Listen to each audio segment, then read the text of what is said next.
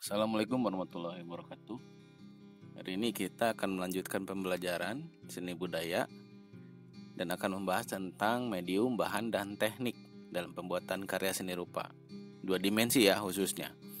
Ini adalah materi pembelajaran lanjutan kelas 10 semester 1. Nah, sebelum kita lanjut pembahasan, silakan kalian mengisi absensi dulu di bagian sebelumnya yang sudah Bapak bagikan di bagian classroom sebelum link ini dibagikan.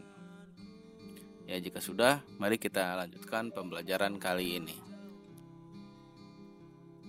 Nah, dalam medium, bahan, dan teknik ini, sebelum melakukan kegiatan berkarya seni rupa 2 dimensi, sangat penting bagi kita untuk memiliki pengetahuan dan pemahamannya. Dari mulai alat, bahan, teknik yang biasa digunakan dalam berkarya seni 2 dimensi ya khususnya. Ini adalah salah satu usaha kita untuk mengenal karakter bahan, alat, dan teknik ini dengan baik. Hanya kita lakukan dengan kegiatan praktek secara langsung. Seharusnya nanti kedepannya mungkin kita akan mencoba praktek secara langsung. Kita pertama mengenal yang namanya medium dan bahan karya seni rupa. Bahan karya seni rupa adalah material habis pakai yang digunakan untuk mewujudkan karya seni rupa tersebut. Jadi maksudnya habis pakai itu hanya bisa digunakan satu kali. Sesuai dengan keberagaman jenis karya seni rupa, bahan untuk berkarya seni rupa ini juga banyak macamnya dan ragamnya. Ada yang berfungsi sebagai bahan utama atau medium, dan ada juga yang berfungsi sebagai bahan penunjang.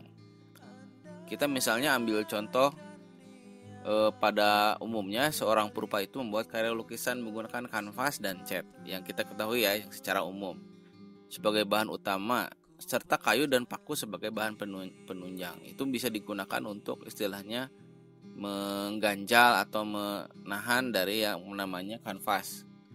Kayu digunakan sebagai bahan bingkai atau spanram untuk menempelkan kampasnya, dan paku untuk mengaitkan kanvas pada permukaan kayu bingkai tersebut. Nah, dari 2 bahan ini kita bisa tahu karakternya, mana yang termasuk bahan utama, mana yang sebagai bahan penunjang.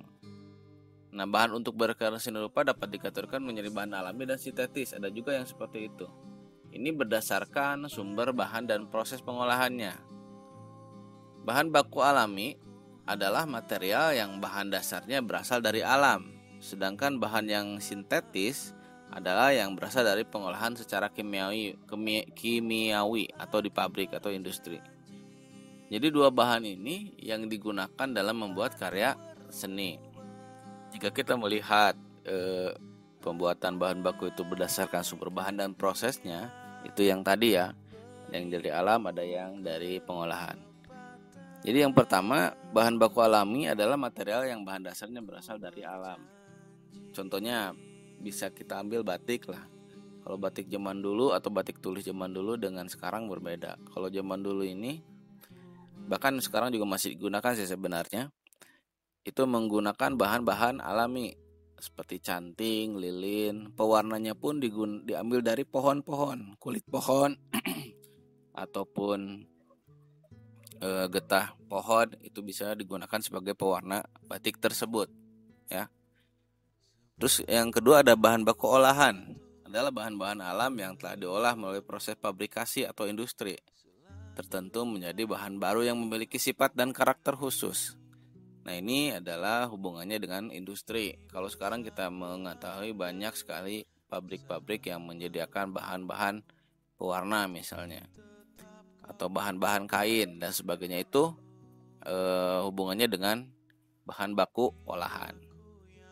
Kalau kita melihat lagi dengan berdasarkan sifat materialnya, bahan berkarya seni rupa ini dapat juga dikategorikan ke dalam keras, bahan lunak, bahan cair, dan bahan padat atau sebagainya. Ini kita lihat kalau melalui atau berdasarkan sifat materialnya. Ada yang keras, ada yang lunak, ada yang cair, ada yang padat. Yang padat itu tidak terlalu keras tapi bisa disentuh, dan seperti bahan lilin misalnya. Atau yang cair ya banyak lah, seperti cat cair. Atau yang lunak ya seperti apalah, banyak lah ya. Selanjutnya ada yang namanya alat berkarya seni rupa. Untuk alat berkarya seni rupa ini sangat banyak jenis dan ragamnya. Seperti karya seni rupa bahkan memiliki peralatan khusus yang tidak dipergunakan pada jenis karya yang lain contohnya. Akan tetapi ada juga alat atau bahan yang dipergunakan hampir di semua proses berkarya seni rupa. Lalu ditambah lagi adanya kemajuan teknologi, saat ini semua fungsi alat yang dipergunakan dalam berkarya seni rupa relatif dapat dilakukan oleh komputer atau komputerisasi. Jadi memang untuk zaman sekarang berbeda dengan zaman dulu. Periodenya kan banyak sekali ya. Kalian waktu belajar di kelas 9 waktu SMP dulu mungkin ada zaman Renaissance, ada zaman A, zaman B. Nah, itu berbeda-beda. Itu bisa digunakan selain dari karyanya, tapi dari alatnya juga. Untuk zaman sekarang alat itu sudah bisa dimanipulasi dengan sistem komputer. Karena kita tahu teknologi semakin canggih, pemikiran manusia semakin berkembang dan karya ataupun kegiatan manusia semakin terbantu oleh yang namanya teknologi. Ada yang terakhir yaitu teknik berkarya seni rupa. Dalam membuat karya seni rupa murni atau terapan, kita tahu ya yang murni itu hanya keindahannya saja, kalau terapan itu memiliki fungsi pakai. Itu kita tahu dari dulu. Dibutuhkan keterampilan teknis menggunakan alat dan mengolah bahan untuk mewujudkan objek pada bidang garap. Jadi maksudnya di sini si perupa yang membuat karya seni rupa itu pasti memiliki teknik yang berbeda-beda dalam menggunakan alat. Misalnya walaupun karyanya sama, misalnya lukisan atau patung, tapi dengan tekniknya yang berbeda, itu akan menghasilkan ciri khas ataupun bentuk karya seni rupa yang berbeda. Karya seni rupa juga ada yang dinamai berdasarkan teknik utamanya yang digunakan dalam pembuatannya. Misalnya dalam teknik utama seni rupa itu ada karya batik misalnya, itu kan dinamai batik tersebut oleh tekniknya kan. Berbeda lagi misalnya dengan lukis, walaupun sama kita membubuhkan cat, tapi kan berbeda. Dari namanya pun jadi berbeda. Kalau lukis ya dengan seni lukis, kalau batik ya dengan karya seni rupa batik. Terus beragam jenis dan karakteristik bahan yang digunakan dalam berkarya seni rupa pun memerlukan beragam alat dan teknik untuk mengolahnya. Tentu jelas berbeda-beda. Kita kalau menggunakan bahan cair tidak mungkin kita menggunakan bahan sablon misalnya, atau menggunakan bahan-bahan yang digunakan untuk teknik yang lain pahat misalnya. Itu kan jelas sangat berbeda. Jadi bahan pun menentukan teknik yang akan kita gunakan dalam berkarya seni rupa. Nanti kalau kita mencoba, misalnya Bapak suruh kalian untuk mencoba membuat karya seni rupa, nanti Bapak bebaskan kalian memilih bahan sendiri dan teknik sendiri yang kalian bisa. Ya mungkin itu saja untuk pertemuan kali ini. Mungkin kalian sudah mulai paham dengan pembelajaran hari ini, dari mulai alat, bahan, teknik, media yang akan digunakan atau yang bisa digunakan untuk pembuatan karya seni rupa. Nah, walaupun untuk minggu ini tidak ada tugas, tapi Bapak ingin mengingatkan beberapa hal yang perlu kalian lakukan atau wajib kalian lakukan.